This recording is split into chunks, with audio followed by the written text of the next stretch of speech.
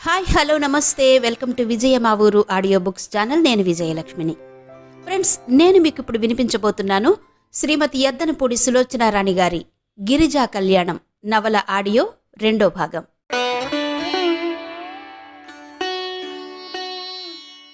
సూర్యాస్తమయం అవుతోంది. ఆరుబయట గాలి చల్లగా హాయిగా ఉంది. హిమాయత్ సాగర్లో బోట్లు తిరుగుతున్నాయి. వాటిల్లో చందుతో వచ్చిన ఫ్రెండ్స్ ఉన్నారు. చందు బ్రిడ్జి దగ్గర నిలబడి ఉన్నాడు. అతని చేతుల్లో బైనాక్యులర్స్ ఉన్నాయి. వాటితో దూరంగా బోట్లో ఉన్న ఫ్రెండ్స్ని చూస్తున్నాడు. ఒక బోటు బ్రిడ్జి దగ్గర నుంచి వెళుతోంది. చందు, హాయ్! అందులో ఉన్నవాళ్లు చెయ్యి ఊపారు.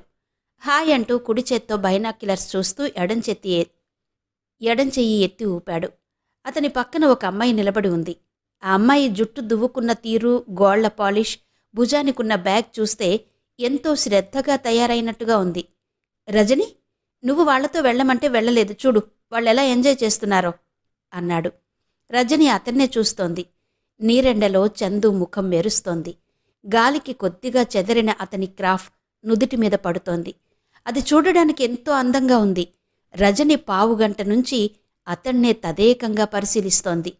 అతని చెంపలు, గడ్డం, భుజాలు ఎంతో తీరుగా ఉన్నాయి. అతను నిలబడడంలోనే ఒక రకమైన మగసిరి ఉంది.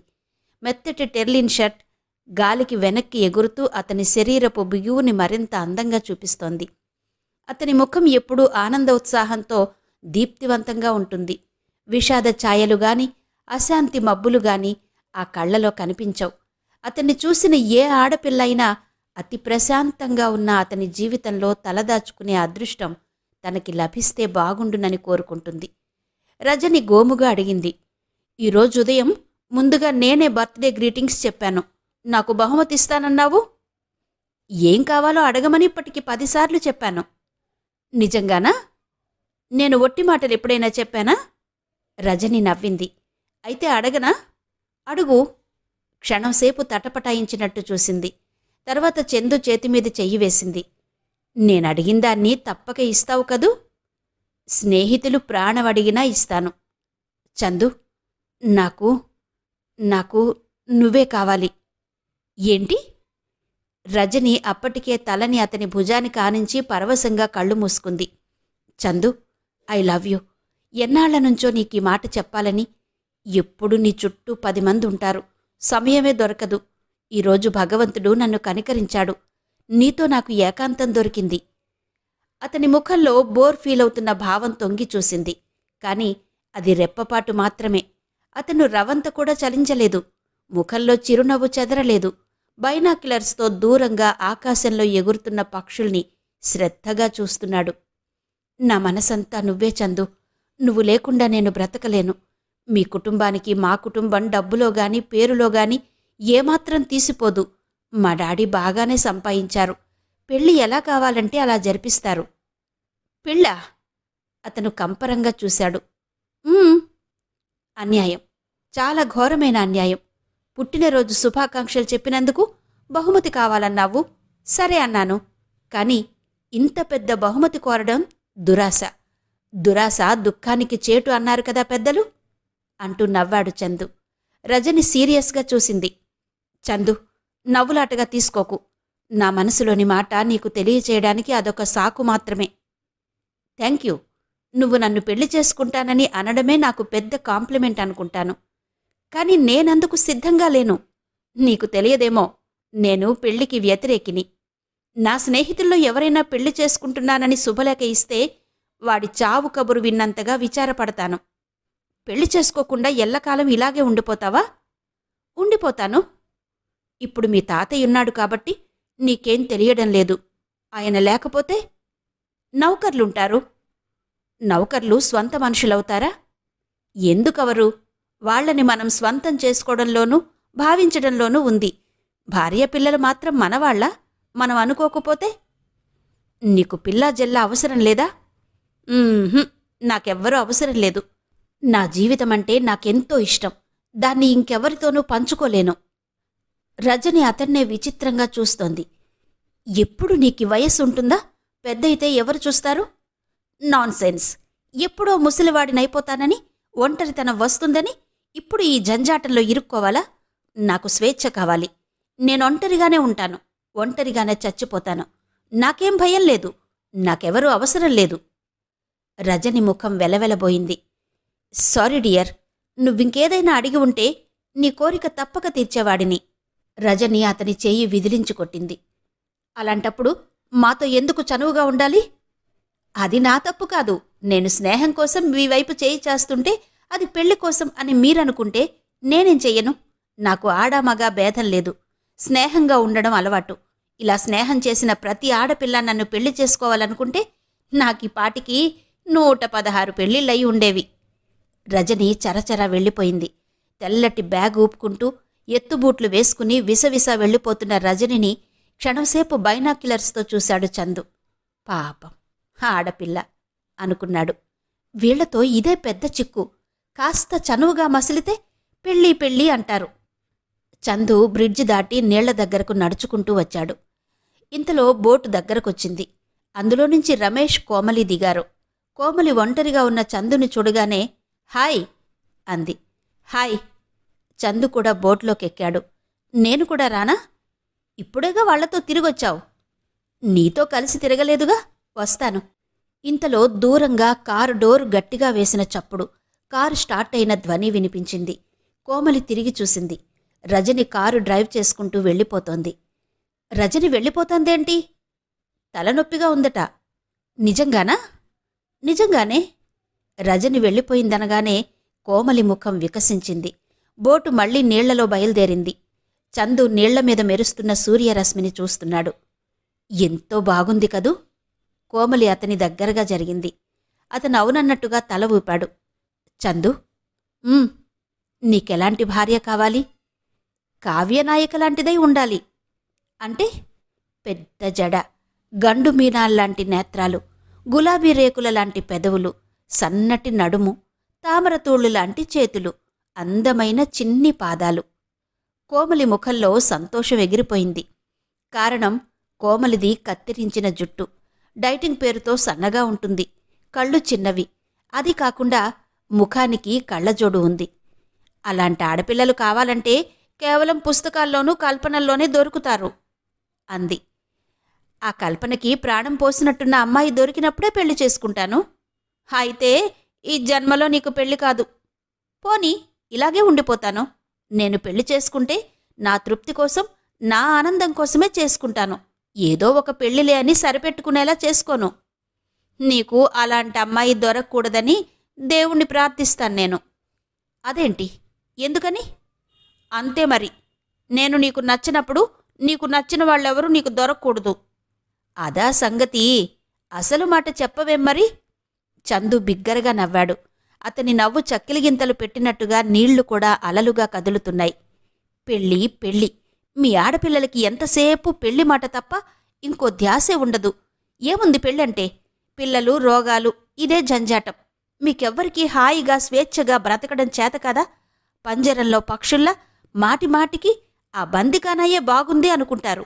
నాకు ఆడపిల్లలంటే స్నేహమయిగా ఉండాలి. అనవసరమైన సిగ్గులు పడకుండా, అతి వాచాలత్వం లేకుండా ఉండాలి అన్నాడు చందు. కోమలి అతన్నే చూస్తోంది. అతను స్వేచ్ఛగా తిరగడానికి బాగా అలవాటు పడ్డాడు. అందుకే పెళ్ళంటే ఇంత భయపడుతున్నాడు అనుకుంది. చందుని తదేకంగా చూసిన కోమలి నిట్టూర్చింది. ఇలాంటి డబ్బుగల వాళ్లకి అసలు పెళ్ళిళ్ళెందుకు? వాళ్ల జీవితం ఒక పిక్నిక్లా గడిచిపోతుంది. ఇంతమంది ఆడపిల్లలతో స్నేహం చేస్తున్నా ఒక అమ్మాయితో కూడా అతను స్నేహానికి మించిన బాంధవ్యం పెట్టుకోకపోవడం విచిత్రమే. చందు చూడ్డానికి నవ్వుతూ తుళ్ళుతూ సరదాగా ఉంటాడు, కానీ అంతరాంతరాల్లో అతను చాలా తెలివిగలవాడు. అందుకే అమ్మాయిలందరితో కలిసి తిరుగుతున్నా ఏ అమ్మాయి అతన్ని పెళ్లిలోకి లాగి బంధించలేకపోయింది. ఇది తన ఒక్క ఓటమే కాదు, అతను కావాలనుకున్న ప్రతి ఆడపిల్ల పొందే అపజయమే అనుకుంది కోమలి.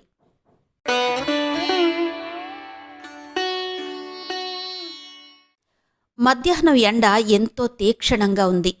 విజయవాడలో గ్రీష్మ ఋతువు అప్పుడే తన అధికారం నిలుపుకోవడానికి తాపత్రయపడుతున్నట్టుగా ఉంది.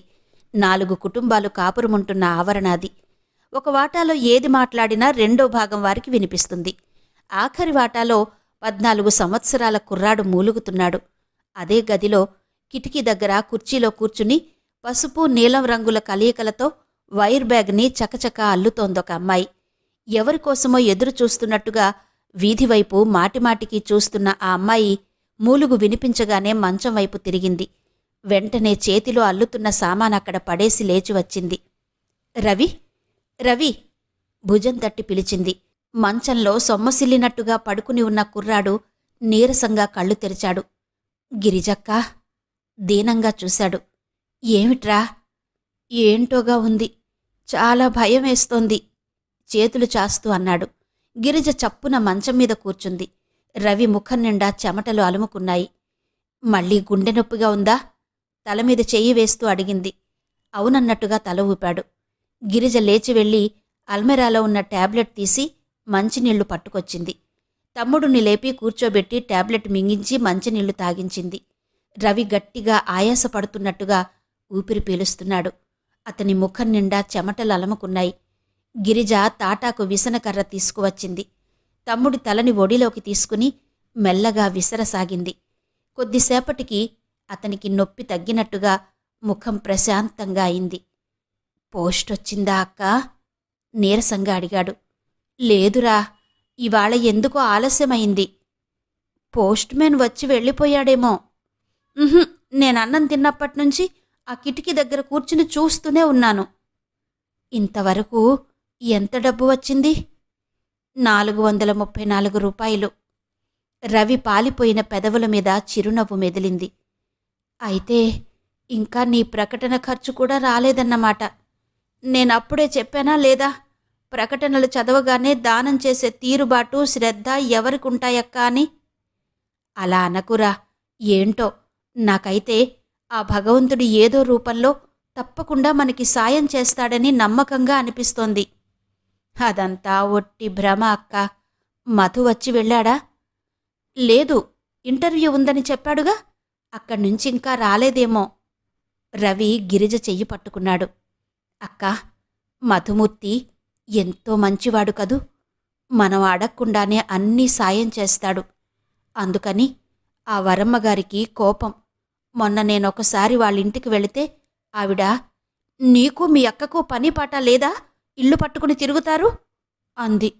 మధుని మా అక్క ఒక్కసారి వచ్చి వెళ్ళమంది అని చెప్పానో లేదో కళ్ళెర్ర చేస్తూ నా మీదికొచ్చింది. మా వాడికి మీ ఇంటి చుట్టూ తిరగడమేనా? ఇంకేం పని లేదా? పో, ఇంకెప్పుడు ఇలా కబుర్లు మోసుకురాకు. ఇలా మాటిమాటికి వాడి కోసం కబురు చెయ్యొద్దన్నానని చెప్పు అని అరిచింది. బాప్రే, ఆవిడను చూస్తే నాకెంత భయం వేసిందో తెలుసా? నాన్న బ్రతికి ఉన్నప్పుడు ఆవిడ మనింటికి అన్నగారు అంటూ ఎలా వచ్చేది? నాన్న దగ్గర ఎన్నిసార్లు డబ్బు అప్పు తీసుకుంది? రవి, నువ్వవన్నీ ఆలోచించకు, నిద్రపో. గిరిజ తమ్ముడి తలమీద చెయ్యి వేసి నిమిరింది. గిరిజ మెల్లగా విసురుతుంటే రవికి చెమటలు తగ్గాయి. ఆరాటం శాంతించినట్టుగా నిద్రలోకి జారిపోయాడు. గిరిజ ఇంకా అలాగే విసురుతూ తమ్ముడి తల నిమురుతోంది. రవి శరీరం అనారోగ్యంతో కృశిస్తోందని వాడిని చూడగానే ఇట్టే తెలిసిపోతోంది. బుగ్గలు పీక్కుపోయినాయి. షర్టు వదులయింది. పెదవులు ఎండినట్టుగా పగిలి బీటలు వారినాయి. గిరిజ తమ్ముడి చిక్కిన చెంపల్ని ఆత్మీయంగా అరచేతితో రాచింది. ఆ మాయదారి రోగం వీడికెందుకు రావాలి? వీడు కూడా తనకి లేకుండా పోతే?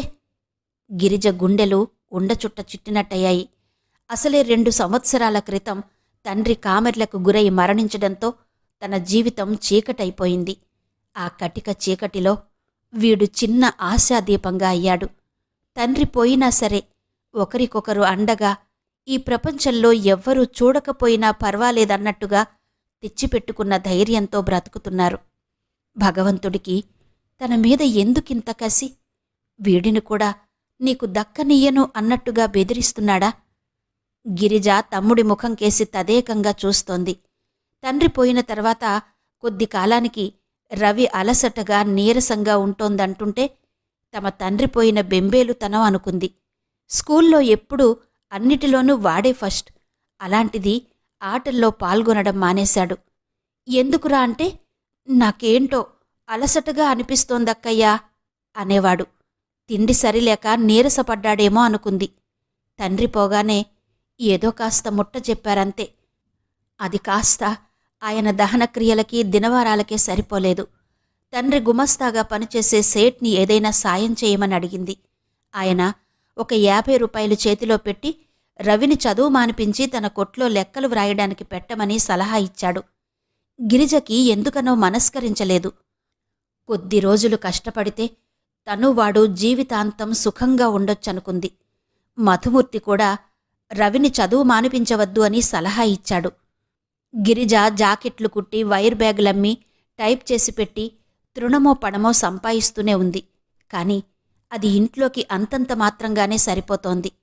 గిరిజ ఆ రోజు పక్కింటి సీతారామయ్య గారికి కాగితాలు టైప్ చేసి పెట్టి వచ్చింది. గిరిజ వచ్చేసరికి రవి ఇంట్లో మంచం మీద పడుకుని ఉన్నాడు. ఈ సమయంలో రవి ఇంట్లో ఉండడం చూసి ఆశ్చర్యపోయింది.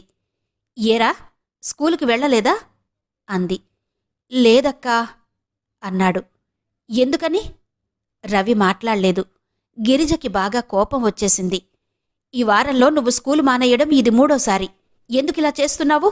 నువ్వు స్కూల్ ఎగ్గొట్టి క్లాసులు తప్పి ఇంట్లో కూర్చుంటే తినడానికి నాన్న మనకి సంపాదించి ఇచ్చి వెళ్ళాడనుకున్నావా?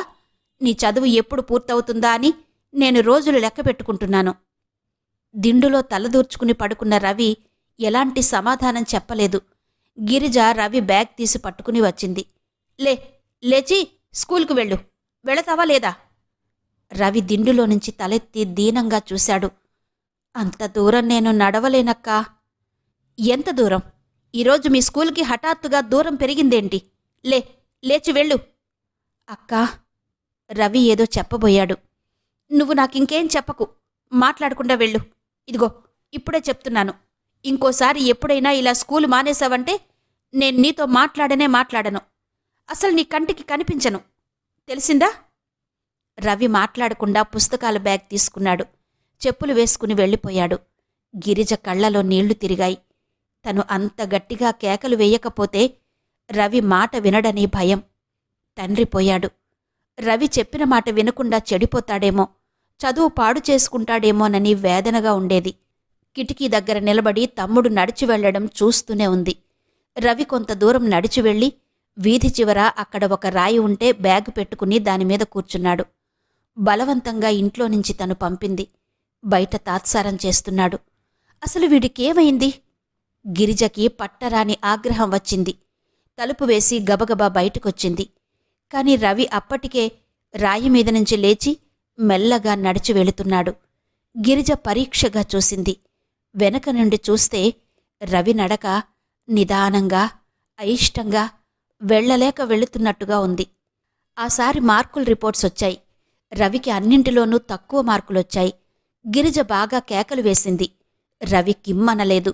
4 రోజుల తర్వాత రవి ఫ్రెండ్ సంతోష్ రవి 4 రోజుల నుండి స్కూలుకే రావడం లేదని చెప్పగా విని నిశ్చేష్టురాలయింది. ఆ సాయంత్రం రవి ఇంటికి రాగానే గిరిజ నిలదీసింది. రవి వంచిన తల ఎత్తలేదు.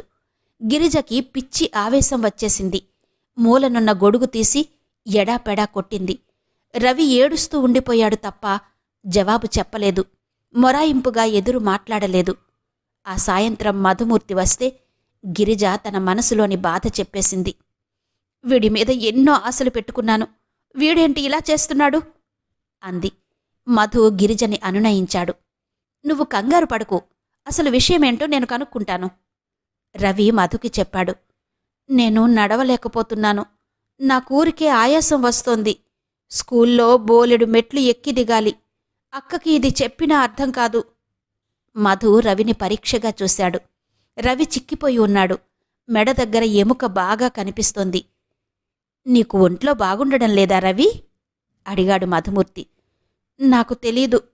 ఆయాసం తప్ప నాకింకే బాధ లేదు. సాయంత్రం డాక్టర్ దగ్గరికి తీసుకువెళ్తాను పద అన్నాడు. మధుమూర్తి ఆ సాయంత్రమే రవిని డాక్టర్ దగ్గరకు తీసుకెళ్లాడు. ఆయన ఎక్స్రేలు తీయించమని వ్రాసి ఇచ్చాడు. వీళ్ల దగ్గరకు వెడితే ఇదే గొడవ అంటూ విసుక్కుంది గిరిజ. రవికి ఎక్స్రేలు తీయించారు. ఆ రోజు మధుమూర్తి రవిని వెంటబెట్టుకుని అవి తీసుకురావడానికి వెళ్లాడు. గిరిజ సీతారామయ్య గారి కాగితాలు టైప్ చేస్తోంది. సీతారామయ్య గారు వకీలు చేస్తున్నాడు. గిరిజ తండ్రి మీద అభిమానంతో గిరిజకి టైప్ మిషన్ ఇచ్చి టైప్ చేసి పెట్టే పని అప్పగించారు. ఆయన నెల జీతమిస్తారు. గిరిజ కాగితాలు ఇంట్లో టైప్ చేసి తీసుకువెళ్లి ఆయన ఉదయం కోర్టుకు వెళ్లే లోపల అందిస్తుంది. ఒక్కోసారి చాలా పని ఉంటుంది. రాత్రి పొద్దుపోయే వరకు టైప్ చేస్తూ కూర్చుంటుంది. ఈరోజు కూడా చాలా వర్క్ ఉంది. గిరిజ టైప్ చేయడం ముగించి కాగితాలు బొత్తిగా పెట్టింది. అల్మరాలో ఉన్న గడియారం చూసింది. 8 గంటలవుతోంది. మధుమూర్తి, రవి ఇంకా రానేలేదు. ఇంతసేపు చేశారేంటి అనుకుంది. ఇంతలో మధుమూర్తి రానే వచ్చాడు. రవి, అతను రిక్షాలో వచ్చారు. రవి లోపలికొచ్చాడు. అతని చేతిలో ఎక్స్రేలు ఉన్న కవరుంది. మధు కూడా లోపలికొచ్చాడు. డాక్టర్ ఏమైనా చెప్పాడా అని అడిగింది. ముందు కాసిని మంచినీళ్ళివ్వు అన్నాడు మధుమూర్తి. గిరిజ మధుకి మంచినీళ్ళిచ్చి, రవి, సీతారామయ్య గారికి టైప్ రైటర్ కావాలట, తీసుకువెళ్ళి ఇచ్చిరా అంటూ పురమాయించింది. రవి టైప్ రైటర్ వైపు వెళ్లబోతున్నాడు. గిరిజ, వద్దొద్దు, రవికి బరువు పనులేమీ చెప్పకు మధుమూర్తి గభాల్న వారించాడు. రవిని వీలైనంత విశ్రాంతిగా ఉండని అన్నాడు. గిరిజ ఆశ్చర్యంగా చూసింది. డాక్టర్ ఏమన్నాడు అంది. చెప్తానుగా, నువ్వు మొదట రవికి అన్నం పెట్టు, తిని పడుకుంటాడు అన్నాడు. గిరిజ వెళ్ళి రవికి అన్నం పెట్టింది. రవి అన్నం తింటున్నాడు. గిరిజ చేతులు తుడుచుకుంటూ ముందు గదిలోకొచ్చింది. గిరిజ, ఇలారా దగ్గరగా పిలిచాడు. గిరిజ వచ్చింది. మధుమూర్తి కంఠం తగ్గించి నవ్వు తెచ్చిపెట్టుకుంటూ అన్నాడు. నువ్వు చాలా ధైర్యం కలదానివి కదూ? ఎందుకలా అడుగుతున్నావు అంది గిరిజ. నీ ధైర్యం ఎంత ఉందో తెలుసుకోవడానికి భగవంతుడు ఒక చిన్న పరీక్ష పెట్టాడు. అంటే? మధుమూర్తి చెప్పాడు. రవికి హార్ట్కి సంబంధించిన వ్యాధి మొదలైంది. అందుకే అతనికలా తరచుగా ఆయాసం వస్తోంది. అతన్ని చాలా విశ్రాంతిగా ఉండనియ్యాలి. ఆపరేషన్ చేస్తే రవికేం పర్వాలేదు. చేయించకపోతే మాత్రం ప్రమాదమే. ఎక్కువ కాలం బ్రతకడు. గిరిజ అరవబోయింది. మధుమూర్తి చప్పున నోరు మూశాడు. రవి వింటాడు. జాగ్రత్త, బెంబేలు పడిపోతాడు. ఇందులో ప్రమాదమేమీ లేదు. మనం వీలైనంత తొందరలో ఆపరేషన్ జరిగేలా చూస్తే సరి అన్నాడు. డబ్బు ఎంతవుతుందట? సుమారుగా 4,000. 4,000? గిరిజ కళ్ళు పత్తికాయలైనాయి. 4,000! కోమటి దుకాణంలో 400 అప్పు తీర్చలేక వాడి చేత నానా మాటలు అనిపించుకుంటోంది. అయితే అందుకేనన్నమాట వాడు స్కూలుకి వెళ్ళలేకపోయింది. పాపిష్టిదాన్ని. వాడి ఒంట్లో సుస్థిగా ఉందని తెలుసుకోలేక పోట్లాడాను, తిట్టాను, చివరికి కొట్టాను కూడా. గిరిజ అదంతా గుర్తుకొచ్చి ఏడవసాగింది. గిరిజ, నీకిదీ విషయమని తెలియదు కదా. జరిగిన దానికి ఇప్పుడు బాధపడి ప్రయోజనమేంటి? డబ్బు సంగతి ఆలోచించాలి. అది ముఖ్యం ముందు అన్నాడు మధుమూర్తి. అంత డబ్బు ఎవరిస్తారు మధు? బేలగా చూసింది. నువ్వు సీతారామయ్య గారిని అడుగు. నేను కూడా ఎక్కడైనా అప్పు దొరుకుతుందేమో ప్రయత్నిస్తాను. మధు, మాకు నువ్వు తప్ప ఎవ్వరూ లేరు. మధు కళ్ళు చెమర్చాయి. ఆ మాట నువ్వు ప్రత్యేకంగా చెప్పాలా? నాకు తెలీదా? గిరిజ, నా సాయశక్తులా నీకు సాయం చేస్తాను. నువ్వు ధైర్యంగా ఉండు. మధుమూర్తి గిరిజకు బాగా ధైర్యం చెప్పి వెళ్ళిపోయాడు. రాత్రయింది. గిరిజ మంచం మీద అలాగే కూర్చుంది. కంటిమీదికి కునుకు రావడం లేదు. మాటిమాటికి గిరిజ కళ్ళు నిద్రపోతున్న తమ్ముడి మీదనే నిలుస్తున్నాయి. వీడు కూడా లేకపోతే నాకు దిక్కెవరు? గిరిజకి ఏడుపొచ్చేసింది. తను ఏం పాపం చేసిందని భగవంతుడిలా చేస్తున్నాడు? ఆపరేషన్ చేస్తే నయమవుతుంది అన్న మధు మాటలు గుర్తుకొచ్చాయి. సుమారు 4,000 ఖర్చవుతుంది. రాయవెల్లూరులో గాని ఢిల్లీలో గాని చేస్తారు. ఇప్పుడిప్పుడు హైదరాబాద్లో కూడా చేస్తున్నారు. మధు ఆ వివరాలు కనుక్కుంటానన్నాడు. 4,000 ఎక్కడి నుండి తేవడం? ఎక్కడి నుంచైనా సరే పుట్టించి తీరాలి. లేకపోతే వాడిని చేతులారా మృత్యువుకి అప్పచెప్పినట్టే అవుతుంది. మంచం మీద రవి శరీరం చైతన్యరహితంగా కనిపించినట్టయింది.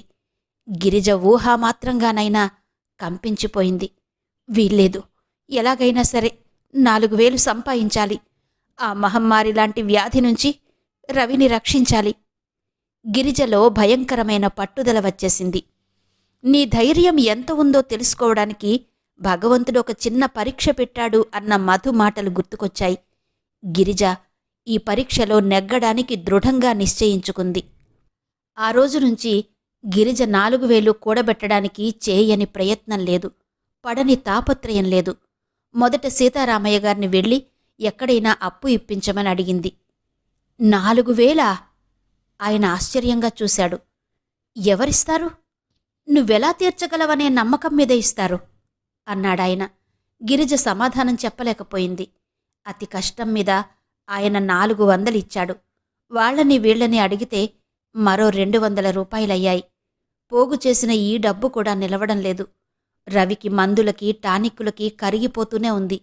గిరిజ అతి కష్టం మీద 6 నెలలకి 500 రూపాయలు కూడబెట్టగలిగింది.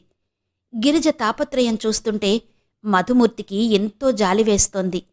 గిరిజ, నాకుద్యోగం దొరికితే ఎంత బాగుంటుంది కదూ అనేవాడు. అతను BA పాస్ అయ్యి ఉద్యోగాన్వేషణలో ఉన్నాడు. తిరిగి తిరిగి చెప్పులు అరుగుతున్నాయే తప్ప ఎక్కడా ఉద్యోగమే దొరకలేదు. మధుమూర్తి చెల్లెలు లక్ష్మి, గిరిజ ఇద్దరూ స్నేహితురాళ్ళు. లక్ష్మికి పెళ్ళయి 4 ఏళ్లయింది. 3 పిల్లలు. చిన్నప్పట్నుంచి ఏ కాస్త కష్టం వచ్చినా లక్ష్మికి చెప్పడం అలవాటు. లక్ష్మి పెళ్ళయి అత్తవారింటికి వెళ్లడంతో మధుమూర్తి చనువయ్యాడు. అందులో తమ్ముడికి ఈ సుస్థి వచ్చిన తర్వాత గిరిజ ప్రతి చిన్న విషయానికి సలహా కోసం అతనికి దగ్గరకు వెళ్లడం బాగా అలవాటయింది. గిరిజ 10 సార్లు కొడుకు కోసం రావడం మధుమూర్తి తల్లి అయిన వరమ్మకిష్టం లేదు. కొడుకు పెళ్లి గురించి ఆవిడ ఎన్నో ఆశలు పెట్టుకుంది. మధు గిరిజల మధ్య ఎక్కువవుతున్న ఈ చనువు ఇంకెక్కడికి దారితీస్తోందనని ఆవిడ భయం. అందుకే ఆవిడ గిరిజ వచ్చినప్పుడల్లా సూటిపోటి మాటలతో ఏదో ఒకటి అంటూనే ఉంటుంది. మధు తల్లి మాటలు లక్ష్యపెట్టవద్దంటాడు. లక్ష్మి కూడా ఉత్తరాల్లో అదే రాస్తూ ఉంటుంది. గిరిజకి స్వతహాగా అభిమానం ఉంది. తను ఎవరినీ ఏమీ అనదు. ఎవరైనా పల్లెత్తు మాట తూలి అంటే భరించి ఊరుకోదు. గిరిజ జాకెట్లు వీలైనన్ని ఎక్కువ తీసుకుని కుడుతోంది. బుట్టలల్లుతూనే ఉంది. ఒక్క నిమిషం కూడా వృధా పోనీయడం లేదు. అట్లా పనిచేస్తే నీ కళ్ళు ఎందుకు పనికిరాకుండా పోతాయి అంటూ మధు మందలించేవాడు. ఒక్కోసారి గిరిజ చేతుల్లో వైర్ బ్యాగ్ లాగి అవతల పారేసేవాడు. గిరిజ రోజుకి 10 సార్లైనా తన దగ్గరున్న డబ్బు లెక్క పెట్టేది. ఇంకెంత జమ చెయ్యాలో గుర్తు చేసుకునేది.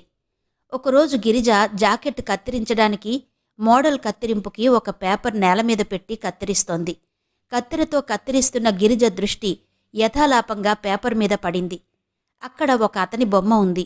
దాని కింద ఒక ప్రకటన ఉంది. అతను కుంటివాడట. ఆపరేషన్ చేస్తే కాలు వస్తుందట. డబ్బు దానం చెయ్యమని అర్థిస్తూ వ్రాశాడు.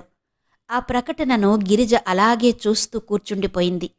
గిరిజ మనసులో నుంచి జాకెట్టు కొలతలు, వివరాలు రూపు లేకుండా మాయమైనాయి.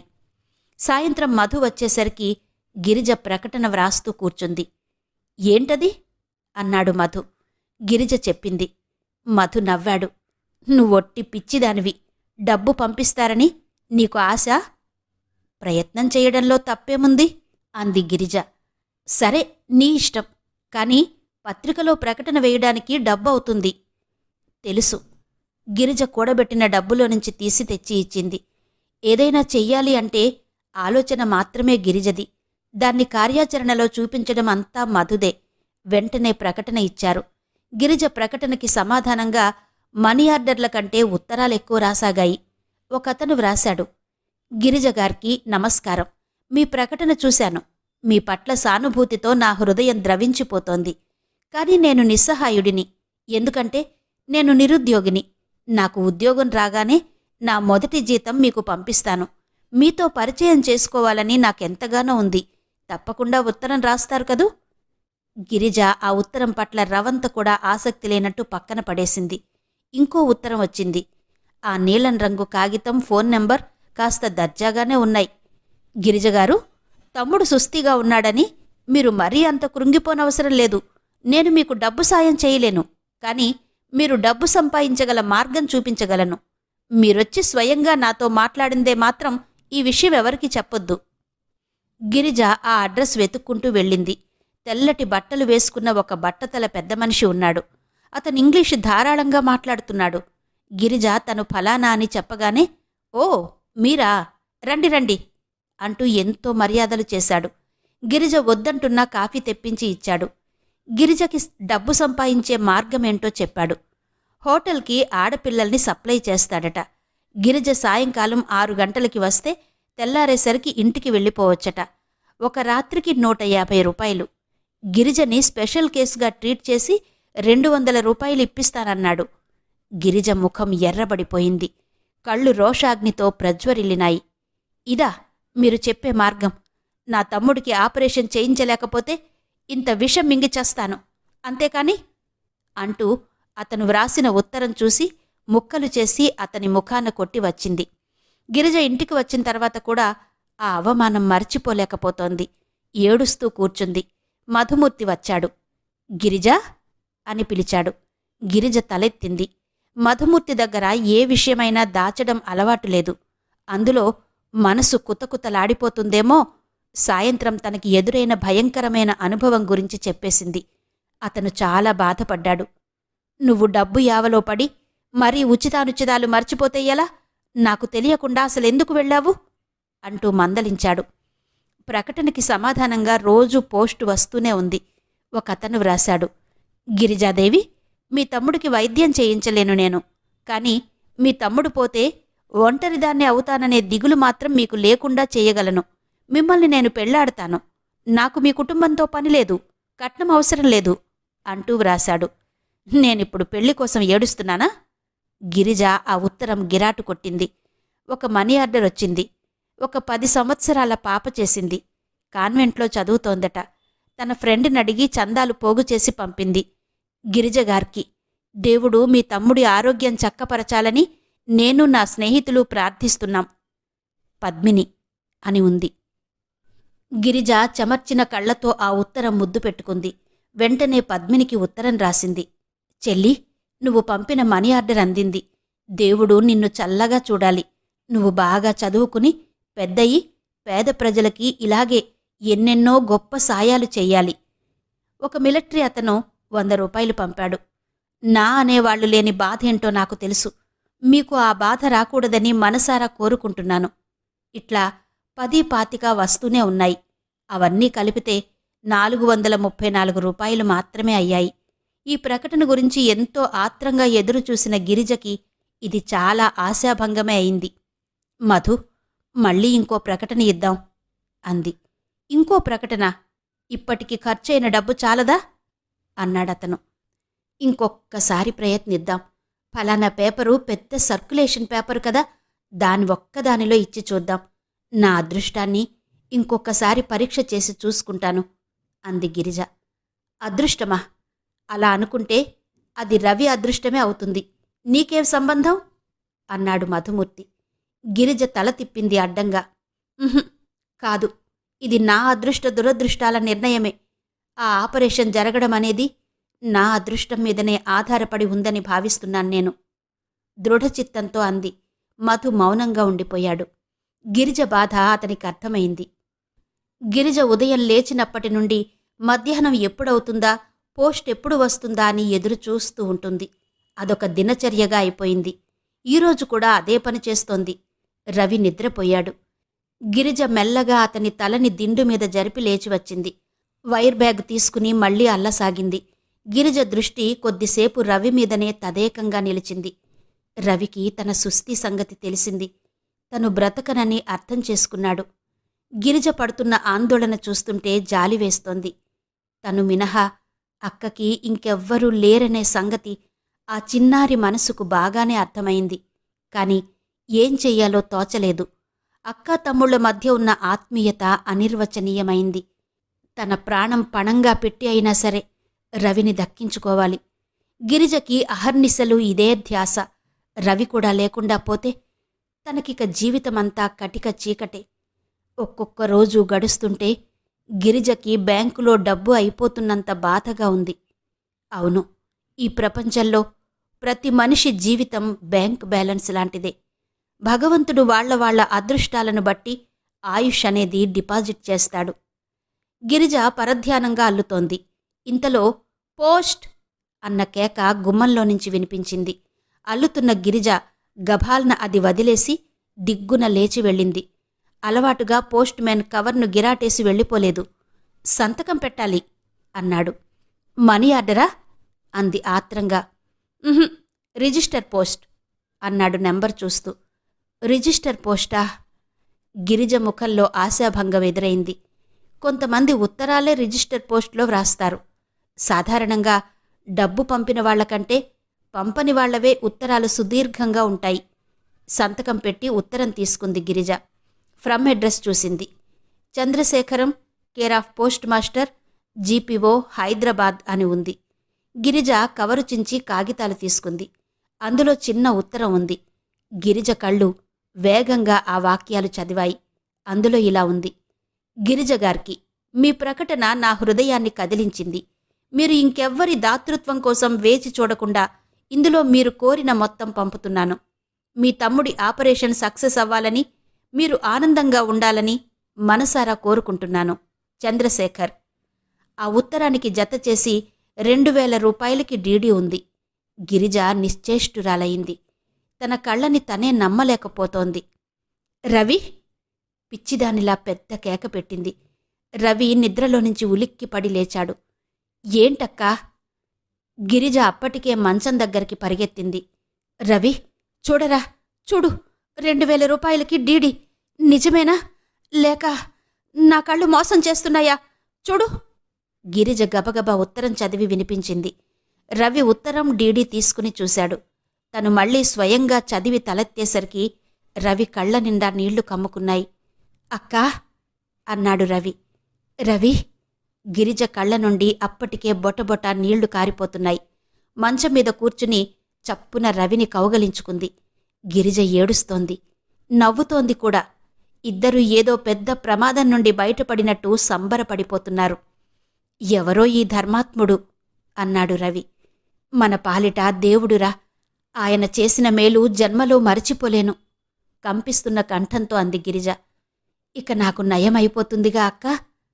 తప్పకుండా. సాయంత్రమే డాక్టర్ దగ్గరకు వెళదాం. ఉండు, మధు ఇంట్లో ఉన్నాడేమో, చెప్పి వస్తాను అంటూనే మంచం మీద నుండి లేచింది. ఆ కవరు తీసుకుని చెప్పులైనా వేసుకోకుండా వీధిలోకి పరిగెత్తింది. బయట ఎండ మార్చేస్తోంది. కాళ్ళు అంటుకుపోతున్నాయి. కాని గిరిజకి అదేం తెలియడం లేదు. వీధి చివర ఉన్న మధుమూర్తి ఇంటికి పరిగెత్తుకొచ్చింది. వాకిట్లో వరమ్మగారే ఎదురైంది. మధు ఉన్నాడాండి అని అడిగింది. ఎందుకు? వాడిప్పుడే ఎక్కడ్నించో వచ్చాడు. ఇంకా భోజనం కూడా చేయలేదు. స్నానం చేస్తున్నాడు అంది ఆవిడ ఆరాగా అడ్డు నిలుస్తూ. మధుతో పనుందండి. గిరిజ ఆవిడని పక్కకు తోసి పరిగెత్తింది. దొడ్లో బాత్రూంలో మధు స్నానం చేస్తున్నట్టు నీళ్ల చప్పుడు వినిపిస్తోంది. తూములోనుంచి సబ్బు నీళ్లు యువతలకొస్తున్నాయి. మధు! మధు! గిరిజ బాత్రూం తలుపులు బాదింది. లోపల నీళ్ల చప్పుడు ఆగింది. ఏంటి గిరిజా? అన్నాడు మధుమూర్తి. 2000 రూపాయలకి డీడీ వచ్చింది. ఎవరో ఒక ఆయన పంపాడు. నా మాట అబద్ధం కాదు, నిజంగా చెప్తున్నాను. ఇదిగో చూడు. తలుపులు ఊపింది. లోపల స్నానం చేస్తున్న మధు గభాల్న ఆ తలుపులు తెరుచుకోకుండా 2 చేతులతో అదిమి పెట్టాడు. గిరిజ, నేను స్నానం చేస్తున్నాను. తలుపులు గట్టిగా ఊపకు. వీటి గడియ సరిగ్గా లేదు అన్నాడు. త్వరగా రా. ఇప్పుడే వస్తాను. అక్కడ తాడు మీద తువాలుంది, కొంచెం ఈ తలుపు పైన వెయ్యి అన్నాడు. గిరిజ తువాలు తెచ్చివేసింది. కొద్దిసేపటికి మధుమూర్తి యువతలికొచ్చాడు. గిరిజ ఉత్తరం అందించింది. నాకు కళ్ళజోడు కావాలి అన్నాడు. గిరిజ వెళ్ళి తెచ్చి ఇచ్చింది. మధు అది పెట్టుకుని ఉత్తరం చదివాడు. ఇప్పుడైనా ఈ లోకంలో ధర్మాత్ములున్నారని నమ్ముతావా? అంది గిరిజ. మధు క్షణంసేపు గిరిజ ముఖాన్నే తదేకంగా చూశాడు. ఎండలో రావడం వల్లనో లేక సంతోషాతిశయంతోనో గిరిజ ముఖం కందిపోయి గులాబీ రంగులో ఉంది. కళ్ళు ఆనందోత్సాహంతో మెరుస్తున్నాయి. నమ్ముతాను అను అంది గిరిజ. మధు నవ్వాడు. నమ్ముతాను గిరిజ. ఏమనో తెలుసా?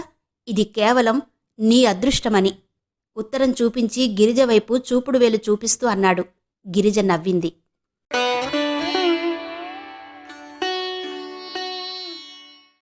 గిరిజా కళ్యాణం శ్రీమతి యద్దనపూడి సులోచనారాణిగారి నవల ఆడియో 2వ భాగం విన్నారు కదా. మిగిలిన కథ తరువాతి భాగంలో వినిపిస్తాను. అంతవరకు సెలవు. నమస్తే.